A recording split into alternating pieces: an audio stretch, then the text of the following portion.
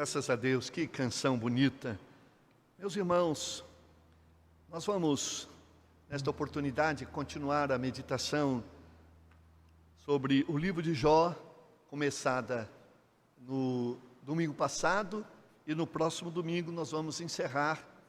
E hoje quero falar sobre o tema, quando o cálice do sofrimento quase transborda. Não sei se você já passou por isso. Os problemas foram tão grandes, as tentações, as provações, as dificuldades foram tão grandes que você quase, este cálice do sofrimento transbordou, você entrou numa crise muito grande e chegou até duvidar das coisas e ter uma crise inclusive de fé. A expressão cálice no Antigo Testamento tem dois sentidos. Tem o sentido de cálice do sofrimento, Jesus disse, afasta de mim este cálice, e também tem o sentido de alegria, que o meu cálice transborda no sentido de alegria, diz o Salmo 23, com o cuidado do pastor.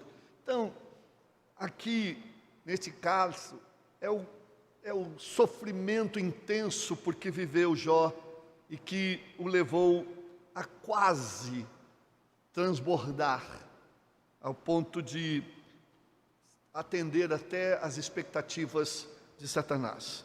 O texto que nós vamos ler é o de Jó, capítulo 2, de 11 até 13, 3 versículos do 2, e depois o capítulo 3. Você vai ter aí na projeção, aqui embaixo, né? Você vai ter o texto bíblico, mas seria bom você também pegar o seu texto bíblico e acompanhar conosco este estudo da palavra do Senhor. Quando então o cálice do sofrimento quase transborda. Nós vimos no domingo passado que o livro de Jó é o livro mais antigo escrito. Ele foi escrito muitos anos antes até de Gênesis, embora Gênesis trate do princípio das coisas, mas o livro de Jó mesmo foi escrito no tempo dos patriarcas. Jó era uma espécie de patriarca, e ele foi contemporâneo, um pouco antes até de Abraão, e junto com Jó, também há um outro personagem bíblico chamado Melquisedeque, que era também muito fiel a Deus, e estes seguiam a aliança sem ter aliança ainda, sem ter a lei. No coração deles, eles já tinham o temor do Senhor, já faziam sacrifícios, já adoravam, e tinham um profundo respeito ao Senhor. Inclusive, Melquisedeque, como um sacerdote, recebeu o dízimo para o seu ministério de Abraão. Nós vimos que Jó experimentou alguns golpes muito profundos na vida dele. E eu queria só apenas lembrar para os irmãos que já o conhecem, mas apenas ressaltando. O primeiro golpe foi o golpe financeiro. Então ele perdeu num só dia tudo que tinha. Seus bois, seus camelos, suas ovelhas. Ele tinha alguma coisa em próximo de 20 mil destes animais, e isto representava toda uma riqueza extraordinária de uma época. Também perdeu, foram mortos os seus empregados.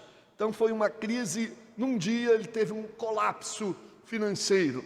Também o segundo golpe foi o colapso familiar.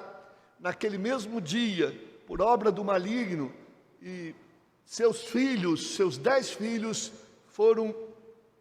sofreram um acidente, a casa desabou e todos eles foram mortos. Isso foi um trauma muito grande. O pobre Jó e sua esposa sepultarem ali os 10 filhos de uma vez só. E eu disse que é tão duro a gente sepultar um filho, imagine 10. E Jó amava os seus filhos e cuidava da vida espiritual deles. O terceiro colapso foi o colapso da saúde, um golpe muito grande que ele sofreu. Ele contraiu uma enfermidade maligna, de origem maligna. Como o apóstolo Paulo dizia, que ele teve também uma doença que ele chamou de espinho, um mensageiro de Satanás. Aquela enfermidade de Jó era de fato uma enfermidade de origem maligna. Também o quarto golpe que Jó sofreu foi o colapso do seu casamento. Diante dessas perdas todas e diante deste sofrimento e da sua enfermidade que o transformou num caco humano, num bagaço humano, todo cheio de chagas, e a lepra tomou conta dele. Então, a sua esposa, naquele momento, ela então teve um trauma emocional e apostatou da fé. E ela disse, em Jó 2,9, ainda mantém a sua integridade, amaldiçoa seu Deus e morre. Nós temos que ter, meus irmãos, uma certa compaixão da mulher de Jó. E não devemos censurá-la demais. Devemos lembrar que ela também perdeu os 10 filhos, e certamente amava os filhos. Devemos lembrar que ela também perdeu todas as coisas que eram dela também. E ela não suportou. Provavelmente ela olhou o marido naquela situação e não podia fazer nada. E é como a gente vê um querido vivendo dores intensas, e tem um momento que a gente até pede a Deus para levá-lo, porque o sofrimento é intenso. Então, na sua crise de fé, ela disse aquilo, amaldiçoa teu Deus, que Deus é este, que não te socorre, você tão fiel. Então, ela teve esta crise, ela apostatou, e a gente tem que entender que isso realmente foi demais. Ela não suportou aquela situação tão trágica na vida dela. Este é um grande problema de casais. Às vezes o marido não é crente, às vezes a esposa é, ou o contrário, que às vezes não tem a visão espiritual que o outro tem, e suporta o que tem a visão de Deus, suporta melhor os sofrimentos, e o outro nem tanto, e aí questiona Deus. Há uma irmã na igreja cujo marido está sempre dizendo, cadê o seu Deus? E aí, que Deus é esse? Eu acredito que a mulher de Jó era também temente a Deus, mas a crise fez ela se abalar. Também, o quinto golpe que ele sofreu foi com a frustração que ele teve com seus melhores amigos. E como ele sofreu na mão destes amigos ao longo de quase metade dos capítulos do livro de Jó, naqueles diálogos. E eu quero começar então esta leitura do capítulo 2, o versos 11 a 13. Diz o texto, no verso 11, quando 3 amigos de Jó, um se chamava Elifaz, de Temã, ou Temita, este era um mais velho e mais sábio. Bildade, ele é de Suá, então ele era um sunita, ou suíta, e também Zofar, e este era de Naamate, ou era um namatita. Pois bem, vejam que estes nomes são nomes assim diferenciados, eles têm um nome não muito típico do hebraico, então eles eram de uma descendente dos árabes, esses 3 amigos. Diz o texto bíblico, souberam de todos os males que o haviam atingido, que havia vindo sobre Jó. Eles souberam de alguma maneira, essa notícia chegou, eram amigos deles, e então cada um, diz o texto, de sua região, combinaram em encontrar-se para mostrar solidariedade a Jó e consolá-lo, ou condoer-se com ele, ou dele. Condoer-se é doer, sentir a dor dele. Pois bem, o verso 12 vai dizer, quando viram à distância, quando ouviram à distância,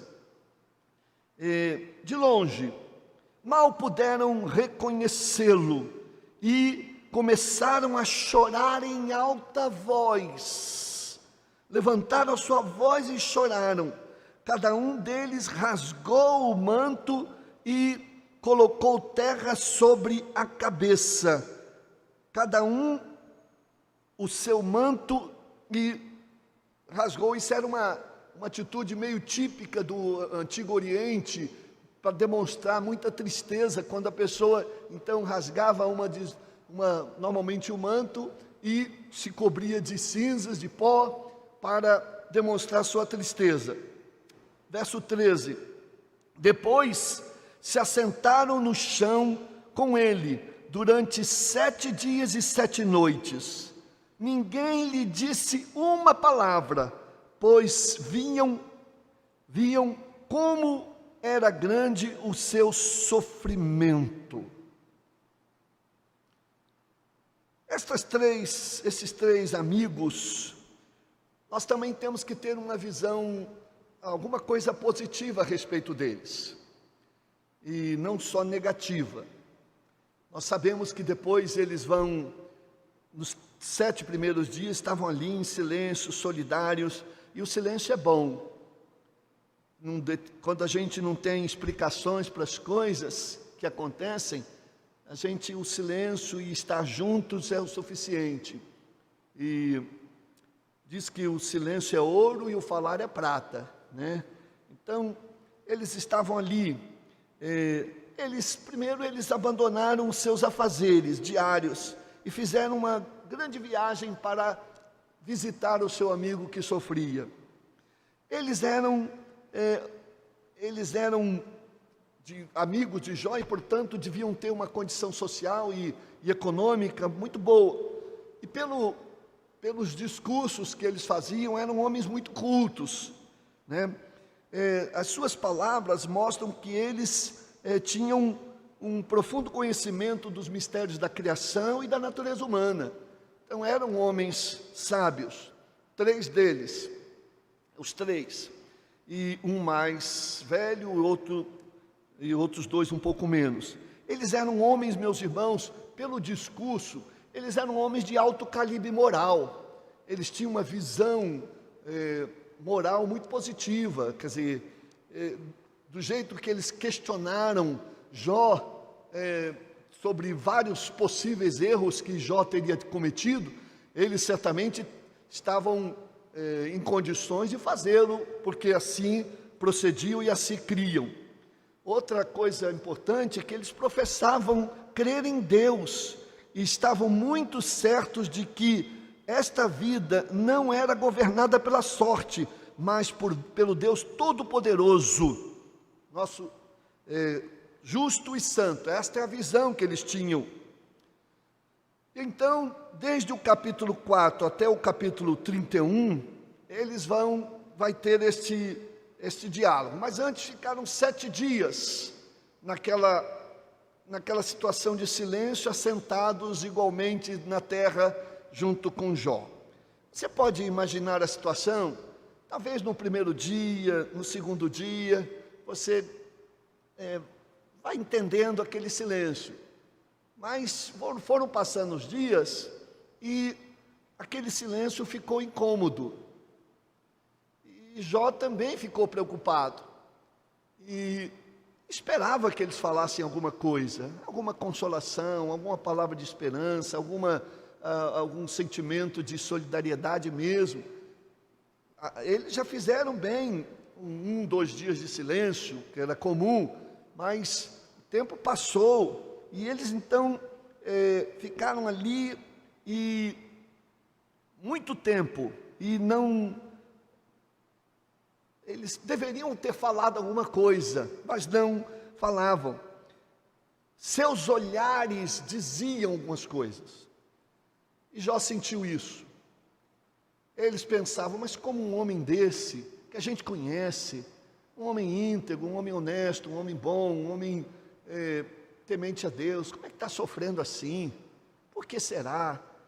E aquela visão que eles tinham de compaixão foi sendo transformada numa visão de crítica, de como como alguém que, bom, este homem está sofrendo porque merece. Porque ninguém sofre tanto assim sem merecer.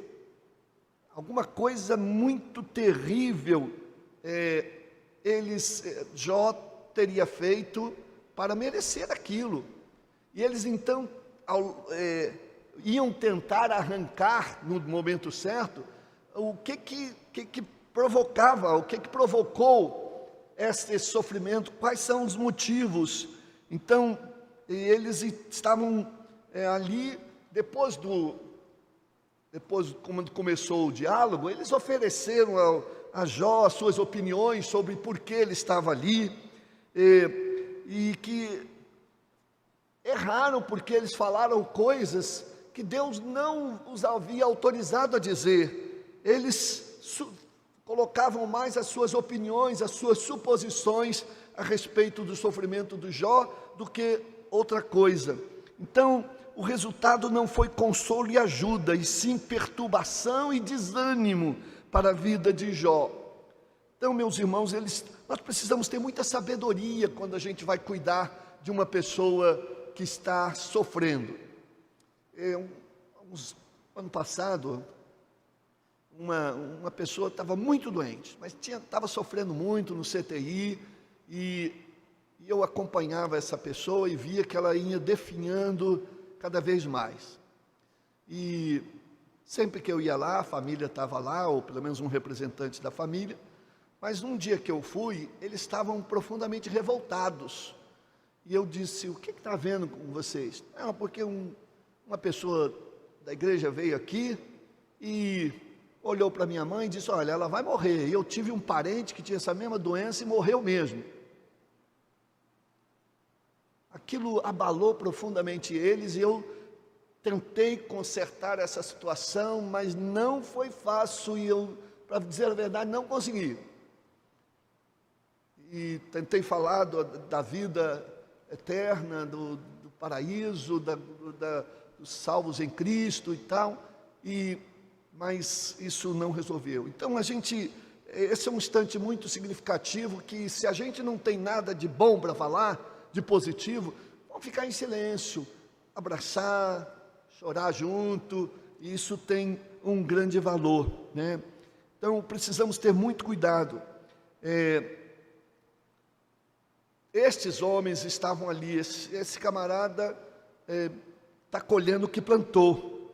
Ele então eles estavam ali em proximidade física, mas não em proximidade emocional, sentimental, afetiva, solidária. Então eles, num primeiro momento, encostaram o coração deles no coração de Jó. Depois a crítica fez com que eles se afastassem e começaram a acusá-lo. Começaram a acusá-lo de estar louco. Começaram a acusar de estar sofrendo porque havia adulterado. Num dos diálogos eles disseram: você está sofrendo porque é um ladrão. Você deve ter roubado muita gente para ficar rico. Confessa, rapaz, é melhor você confessar. E você foi um explorador dos seus empregados, só pode ter sido, e a gente nem sabia.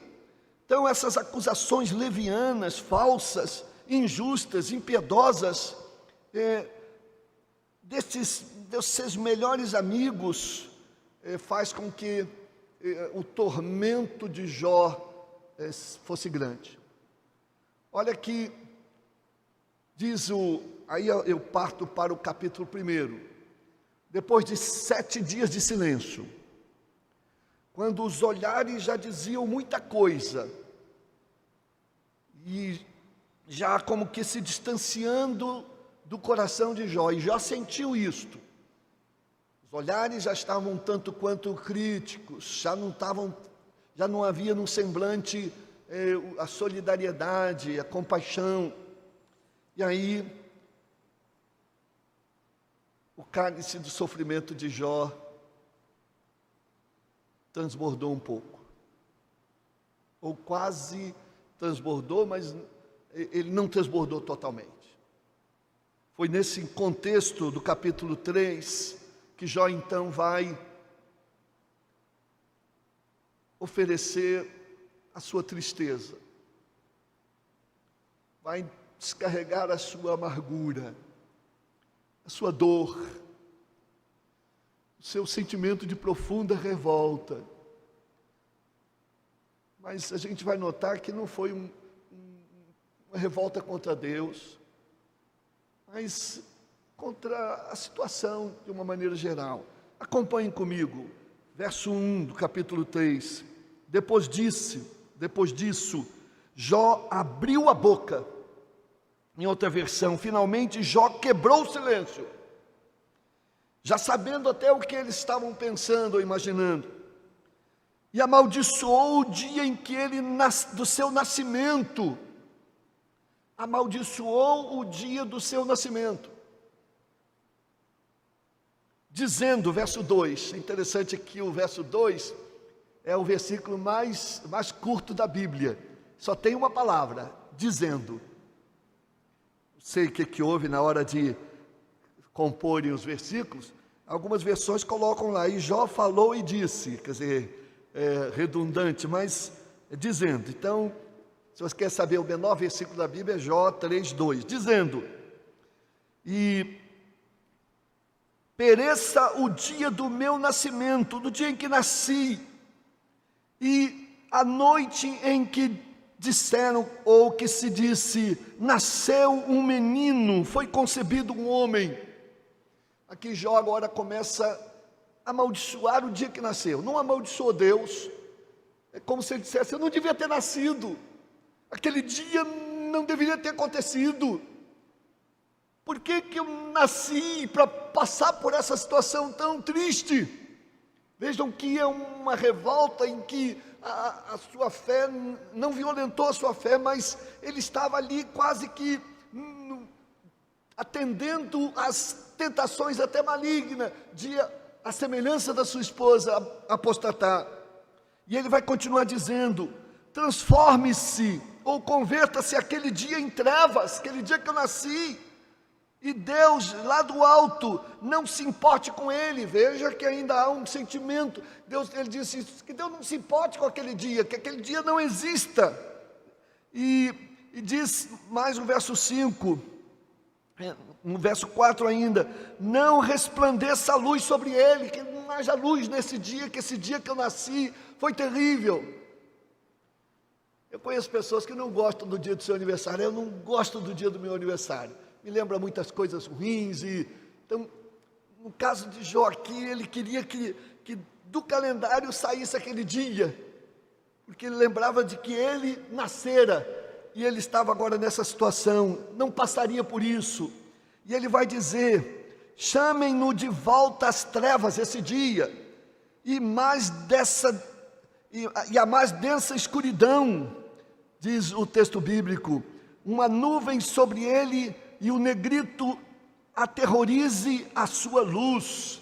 E ele vai dizer no verso 6, apoderem-se daquela noite densas trevas, não seja ela incluída entre os dias do ano, nem faça parte de nenhum dos meses, aquele dia. E aí, essa linguagem de uma maneira de escrever poética, de um tempo, nos tempos patriarcais, é por isso que Jó está entre os livros poéticos, porque é a maneira do poeta expressar de forma poética toda sua dor, e ele consegue encontrar várias palavras diferenciadas para dizer a mesma coisa. Hoje nós já diríamos isso em poucas palavras. Continua dizendo o verso 7, seja aquela noite estéril, que aquela noite esteja solitária, que não tenha acontecido, e nela não se ouçam brados de alegria, nenhuma alegria, só tristeza. Amaldiçoem aquele dia os que amaldiçoam os dias e são capazes de atiçar o Leviatã. Nesse contexto aí de poético, ele invoca um monstro que é destruidor de deuses, que faz parte da mitologia daquele tempo, mas não que ele acreditasse nisso. Ele vai lá no capítulo 26, vai falar de novo sobre esse Leviatã, mas dizendo que ele não existe, é apenas algo no ideário das pessoas do seu tempo. Verso 9, fiquem escuras as suas estrelas matutinas daquele dia, e espere ela em vão pela luz do sol, não vejam os primeiros raios da alvorada. Verso 10, pois não fechou as portas do ventre materno para evitar que eu contemplasse males. Por que aquele dia não fechou a barriga da minha mãe, para que eu não saísse, para que eu não visse males? Então ele amaldiçoou esse dia. Notem que ele estava ferido, doente, fraco, falido, de luto. Só amaldiçoou o dia e não amaldiçoou Deus, né? Como eu disse, os golpes foram profundos, meus irmãos, a dor foi intensa. Ele gostaria que nunca tivesse nascido, que quem nunca se imaginou em uma situação semelhante a essa. Muitos de nós somos assim. Mesmo de relance, às vezes, a gente tem esses espasmos de tristeza, de agonia, de amargura. Como reagiríamos a essa situação? Incredulidade, apostasia, crise de fé? O cálice do sofrimento que chegou ao limite e desmoronou em sua parte. Porque nenhum ser humano suporta o que Jó suportou. Por isso que a gente às vezes pensa que isso é uma parábola, uma história escrita de alguém para ilustrar o ápice, o extremo do sofrimento. Então a gente prefere acreditar que não seja um homem, mas não há evidências que não tenha sido bíblicas, que não tenha sido um homem mesmo, e que, ainda que esta história tenha sido escrita anos depois, mas estava no ideário talvez das pessoas. Eu disse que talvez o autor de Jó tenha sido Moisés. Talvez quando estava em Midian, naqueles 40 anos em que ele estava pastoreando ovelhas, e ele ouviu essa história de Jó, então transformou isso num livro, e Moisés tinha essa veia poética. Não se sabe ao certo se é isso mesmo, mas há forte teoria em relação a esta autoria. Era um homem diferenciado e justo, mas era gente, era humano como todos nós, né? As lembranças que vinham ao coração dele de tudo que passou foi demais. E aí o texto continua, e desta vez ele vai, se não pode aquele dia não existir, então por que eu não nasci morto? Aí ele vai uma crise. Então eu preferia, vamos nascer, mas vou nascer morto, é melhor. E ele vai continuar dizendo, verso 11, por que não morri ao nascer, e não pereci quando saí do ventre? Porque houve joelhos para me receberem e seios para me amamentarem? Não devia ter havido. Agora, verso 13, agora eu bem poderia estar deitado em paz e achar repouso junto aos reis e conselheiros da terra, que construíram para si lugares que agora jazem em ruínas. Eu devia estar lá na minha sepultura, não deveria ter nascido, deveria estar entre aqueles bebezinhos que nasciam e eram sepultados e antes de terem a vida plenamente, com governantes que possuem ouro e enchiam as suas casas de prata, porque não me separaram como criança abortada, ou como em outra versão, como aborto oculto, como um bebê que nunca viu a luz do dia. tudo crise, é tudo trauma, experimentado por toda a sua dor. Estava faltando isso. Jó encarou com fé essa situação, mas tem um momento que o cálice transbordou boa parte dele. Não todo, e a gente vai ver isso. Ali os ímpios, os maus, já não se agitam, e ali os cansados permanecem em repouso, lá no mundo dos mortos.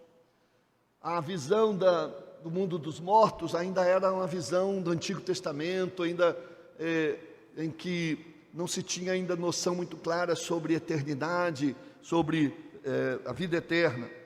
Os prisioneiros ali também desfrutam sossego, já não ouvem mais o grito do feitor dos escravos. Qual o escravo que gostaria de estar longe, de ter que ouvir aquele que o maltrata, de não ouvir, né, aquele que o maltrata? Os simples e os poderosos, isto é, os pequenos e os grandes, ali estão. O escravo ainda está livre do seu senhor. E agora, na parte final do capítulo 3, Jó vai perguntar por que os infelizes continuam vivendo. Essa é uma questão muito boa, que afeta a todos nós. Porque pessoas vêm para este mundo só para sofrer. Ou porque certas pessoas chegam um momento da sua vida, vão sofrer, miseráveis, com enfermidades terríveis, com a situação de pobreza extrema, de desamparo, de solidão, etc. E ele vai dizer, por que eles continuam vivendo? Aí o verso 20, porque se dá luz aos infelizes e vida vida de alma amargurada, a alma amargurada. O que se permite ainda viver? Aos que anseiam pela morte, esta não vem e procuram mais do que um tesouro oculto. Infelizmente, alguns não suportam o peso da vida, o peso dos problemas, não têm estrutura emocional, e milhares se suicidam. Alguns não têm coragem para isso, mas desejavam. A gente sabe que milhares de pessoas se suicidam por dia. Eu imagino que nessa Covid também isso acontece em todo o mundo. Então, pessoas que viveram a desilusão, a frustração, o sofrimento e fazem opção por isto. Verso 22, aos que se enchem de alegria e exaltam quando vão para a sepultura. O sofrimento é tão grande que ficam alegres porque vão morrer. 23, porque se dá vida àquele cujo caminho é oculto e a quem Deus fechou as saídas. 24, pois me vem suspiro em vez de comida, meus gemidos transbordaram. Verso 25, o que eu temia veio sobre mim, e o que eu receava me aconteceu. E por último, verso 26, não tenho paz, nem tranquilidade, nem descanso, somente inquietação, somente perturbação. Fecha o capítulo 3. Foi isso que Jó desabou, lançou, quebrou aquele silêncio de 7 dias sobre os seus amigos. Não há aqui nenhuma palavra de Jó disse, eu merecia isso. Não há nenhuma palavra aqui de Jó dizendo, Deus é que me deu isso. Não no sentido assim de eu culpo a Deus. Mas também não podia dizer eu culpo a mim mesmo. Porque a sua consciência estava tranquila. E é isto que os seus amigos não conseguiam perceber. Que explicações a gente vai dar para esse camarada que está sofrendo demais, que não sabe por quê, que reconhece que não é de Deus, que preferia morrer? Bom, então ele deve estar escondendo alguma coisa que está fazendo com que ele sofresse. E aí vem, meus irmãos, as lições de um cálice de sofrimento que quase transbordou. Ele transbordou uma parte, mas ainda sobrou um pouco de fé, de esperança no seu coração. E a gente vai ver isso ao longo do livro de Jó, quando ele vai ainda dizer no meio do seu sofrimento: eu sei que o meu Redentor vive e que por fim se levantará sobre a terra. Primeiro, a lição que a gente aprende: pessoas boas também sofrem. Pessoas boas também sofrem. Se você acha que é por ser uma pessoa boa, por ser cristão, por ter fé, por ter uma vida íntegra, não vai sofrer, não é assim que funciona. E a gente sabe disso. Coisas ruins acontecem também com pessoas boas. A gente fica em crise, mas é assim que funciona. E Jesus mesmo disse: o sol e a chuva, a tempestade e a bonança caem sobre justos e injustos. Todo mundo, de alguma maneira, é alcançado pelo sofrimento. Então, não estamos, meus irmãos, imunes ao sofrimento, mas temos a garantia de que o nosso sofrimento não será eterno. Nosso sofrimento não será eterno. Só podem dizer isto aqueles que têm a Cristo Jesus como seu Salvador, que vão ser transferidos para as mansões celestiais, que vão ter as suas vidas, seus corpos transformados. E só aqueles que são herdeiros da promessa pela fé no sacrifício de Cristo Jesus. Então nós podemos dizer. Agora, pessoas que morrem sem Jesus e sem esperança, não vão poder dizer que o seu sofrimento vai acabar. Eu costumo ler, dizer que aquele texto de Apocalipse que disse que bem-aventurados que desde agora morrem do Senhor, porque encontrarão descanso. Encontrarão descanso sim, se morrerem no Senhor. Se não morrem com a sua fé firme no Senhor, não posso dizer que haverá descanso. Então, meus irmãos, profetas sofreram, Paulo sofreu, João Batista sofreu, o Filho de Deus sofreu. Então, isso faz parte da vida de todos e da vida dos cristãos. Com esse diferencial, o nosso sofrimento nunca é para sempre. O choro pode durar uma noite que pode durar algum tempo, alguns anos talvez, mas a alegria vem em algum amanhã. E esta alegria do amanhã, nos está reservada. Segunda lição que a gente aprende: o diabo quer nos derrubar com o sofrimento. Quando Deus disse: olha meu servo Jó, não há ninguém igual a ele na terra. Jó íntegro, reto, temente a Deus e que se afasta do mal. O diabo disse: se tu deixares comigo, eu vou cuidar dele. Vou fazer ele deixar tudo isso e te abandonar. O objetivo de Satanás é sempre sofrer. Ele nunca vai trazer coisa boa para ninguém. E se ele trouxer alguma coisa boa para alguém, é para depois cobrar um preço altíssimo. Ele vê o sofrimento como uma grande oportunidade para derrubar a fé dos servos de Deus. Satanás, depois de Jó, o homem mais íntegro do seu tempo, ele, o diabo, tentou derrubar o homem mais íntegro de todos os tempos, Jesus Cristo, com as suas tentações no deserto. E muito mais que isso, com a sua tentação para que ele descesse da cruz de sofrimento. Não, Jesus não aceitou. O diabo, meus irmãos, entende muito sobre a natureza humana, como somos frágeis, como somos fracos, como a gente é tentado por isso, por aquilo. E olha, estão ali bens, famílias, prazeres, etc. Jó suportou estas provações. Eu estou muito preocupado com a igreja desse tempo. Nós estamos nesta pandemia. Será que alguns irmãos vão se manter firmes diante desse sofrimento? Será que vão começar a duvidar de Deus? Será que vão voltar ao convívio da comunidade? Alguns já percebi que não. Os verdadeiros cristãos, meus irmãos, não seguem o conselho da mulher de Jó na sua crise. Amaldiçoa teu Deus e morre. Infelizmente, alguns estão seguindo.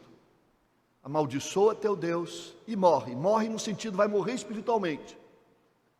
Eu espero que não seja assim com nenhum dos irmãos que estão aqui, que estão nos ouvindo. Por exemplo, nesse caso aqui, os capítulos 1 e 2 contam como foi o sofrimento de Jó. Mas Deus nunca revelou a Jó por que fez isto. Soberania de Deus. E Jó, mesmo sem saber, depois de ter sofrido, ele ainda manteve a sua fé. Às vezes, meus irmãos, não sabemos das razões das nossas dificuldades, dos nossos problemas, ou até às vezes sabemos, né? Uma coisa nós sabemos, que o diabo está torcendo para que nós tropecemos e nos desestruturemos e nos afastemos de Deus quando passamos por sofrimento. A terceira lição é que podemos questionar a Deus quando não entendemos a situação. Você tem todo o direito de dizer, Senhor, o que está acontecendo? Mas antes de fazer um questionamento para Deus, por que isso, nós devemos avaliar a origem deste sofrimento. Será que eu estou passando esses problemas? Será que as coisas estão dando errado? Primeiro, quais são os nossos possíveis respostas ao nosso sofrimento, as razões do nosso sofrimento? Às vezes ele pode ser, em primeiro lugar, letra A, fruto de nossos descuidos e de nossas escolhas e decisões erradas. Às vezes a gente já sabe, poxa vida, eu não devia ter feito aquilo, eu não devia ter optado por aquilo, eu não devia ter casado com aquela pessoa, eu não devia ter feito, eu tomei decisão errada, eu fiz escolhas erradas, eu descuidei dos cuidados, então eu sei que esse sofrimento não vem de Deus, mas vem dos meus próprios erros, não necessariamente pecados, mas escolhas não em sintonia com a vontade de Deus. Segundo, também você precisa verificar se o resultado é claro dos nossos pecados também. Você pecou, fez coisas erradas, transgrediu, passou dos limites e deu vazão à carne, claro que vai, de alguma maneira, angariar sofrimento, principalmente os filhos de Deus. Principalmente os filhos de Deus. O ímpio peca e ele, estou feliz, estou pecando, vive no pecado, mas os filhos das trevas, mas os filhos de Deus não. Nós pecamos, mas sentimos tristeza, e a mão de Deus pesa sobre nós, porque a gente tem o Espírito Santo, ele nos incomoda, e causa bastante tristeza, mas que a gente se recupere, e Deus disciplina o filho que ama. Quando você está pecando e já não sente mais tristeza, é porque Deus já abandonou você, como diz o apóstolo Paulo, Deus deixou os homens à sua própria sorte, porque nada podia fazer com eles. Também você precisa avaliar se aquela ação é uma ação pedagógica. Às vezes é um sofrimento, mas você está passando, mas Deus está me ensinando que é melhor não ir por aqui, é melhor por aqui, que eu preciso aprender a fazer as coisas mais de certa forma. Eu não sei se você já leu o livro de Jó todos, mas lá pelo capítulo 32, aparece um sujeito chamado Eliú. Você já tinha o Elifaz, você já tinha o Bildade, e você já tinha o Zofar, 3 amigos de Jó, que estavam ali, amigos da onça, mas eles tinham o conhecimento não pleno da vida de Jó, e o fizeram sofrer, embora fossem homens de boas intenções no primeiro momento. Mas aí apareceu esse tal de Eliú. Eliú, O nome parece um nome mais hebraico, então devia ser um dos amigos dele da descendência hebraica, dos israelitas, etc. Então, ele entra na história, ele também faz alguns questionamentos, mas Eliú já tem uma perspectiva um pouco melhor em relação para com Jó. Ele foi como se preparando o caminho para depois, a partir do verso 38, Deus falar. Que a partir do verso 38, Deus é que vai falar. E então Eliú, durante esses 4 capítulos, vai falar sobre o sofrimento de Jó. Ele vai falar com Jó chamando de Jó. Seus amigos não chamavam ele de Jó, chamavam ele de nada, fica como se ele não fosse um nada. Ele já chama de Jó. Ele já disse, talvez não seja um sofrimento pedagógico, um sofrimento que Deus está ensinando algumas lições espirituais para você. Ele já tem uma outra visão mais compassiva em relação ao seu amigo. Então ele não acusou frontalmente Jó, mas ele teve um pouco mais de sentimento, de solidariedade para com ele. Letra D, outra lição é que o sofrimento é sempre uma oportunidade para crescermos. Isso é maravilhoso. Sempre uma oportunidade para crescermos. Em vez de você lamentar do seu sofrimento, assim, o que é que eu preciso melhorar na minha vida com isso tudo? E veja o que Tiago diz em Tiago 1, 2 e 4. Sempre que eu cito Tiago, eu olho para Tiago ali, mas é o outro Tiago, e ele sabe disso. Meus irmãos, versos 2 e 4, meus irmãos, considerem motivo de grande alegria o fato de passardes por diversas provações, pois vocês sabem que a prova da sua fé produz perseverança, e perseverança deve ter ação completa, a fim de que vocês sejam maduros e íntegros, assim sem lhes faltar coisa alguma. Por fim, meus irmãos, o sofrimento também é um convite à adoração. É nesses momentos de sofrimento que a gente tem que adorar. Eu sempre que as irmãs, pastor, os irmãos ligam para mim, estou num momento difícil, eu disse, irmão, louve, liga o rádio e louvor, adora ao Senhor. Isso vai aliviar o seu coração. O problema pode continuar, mas você por dentro vai estar bem, vai estar esperançoso. Jó capítulo 1, verso 20 vai dizer, quando Jó ouviu daquelas tragédias todas, Jó levantou-se, rasgou, veja aquela coisa da demonstração de tristeza, rasgou o seu manto, rapou a cabeça, fez mais do que isso, então prostrou-se no chão em adoração. Deus deu, Deus tirou, bendito seja o nome do Senhor. Adoração, ainda que a gente possa passar momentos difíceis, mas o primeiro momento e a adoração deve continuar conosco. Se sabemos o porquê e o para quê, é normal perguntar por quê. Se não sabemos, perdão, quando você está sofrendo, mas não sabe, avaliou tudo aquilo, não foi problema, erro seu, não foi necessariamente um pecado. Então, por quê? Por que isso aconteceu? Eu contei, Jó vai usar a expressão por quê 16 vezes. Por que, Senhor? Por quê? Você pode perguntar. E alguns dizem, para quê também? Qual é o propósito? A origem disso? Pode fazer isso, até Jesus fez. Salmo 22, 1, o que ele diz? Deus meu, por que me desamparastes?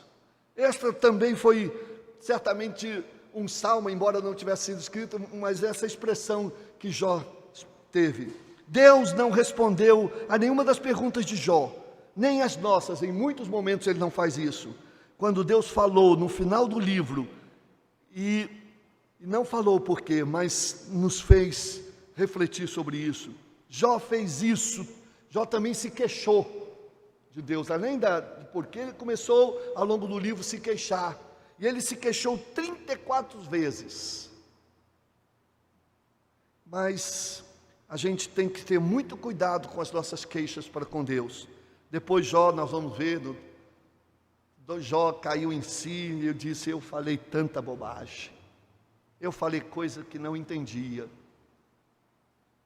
Jó queixou à beira do murmúrio. Então, não foi do jeito que o diabo queria, derrubá-lo. Quase conseguiu. Mas Jó, por misericórdia de Deus, ainda se manteve firme, mesmo diante deste agudo sofrimento. Que Deus nos ajude, meus irmãos, a termos uma vida de confiança no Senhor. Não importa. Ainda que a figueira não floresça, não haja fruto na vide, eu, contudo, me alegrarei no Senhor e exultarei no Deus da minha salvação. Eu confiarei no Senhor. Nem a morte, nem a vida, nem tribulações, nem a perigo, nem a espada nos poderão separar do amor de Deus. E a gente confia nessa esperança. Amém. Vamos orar.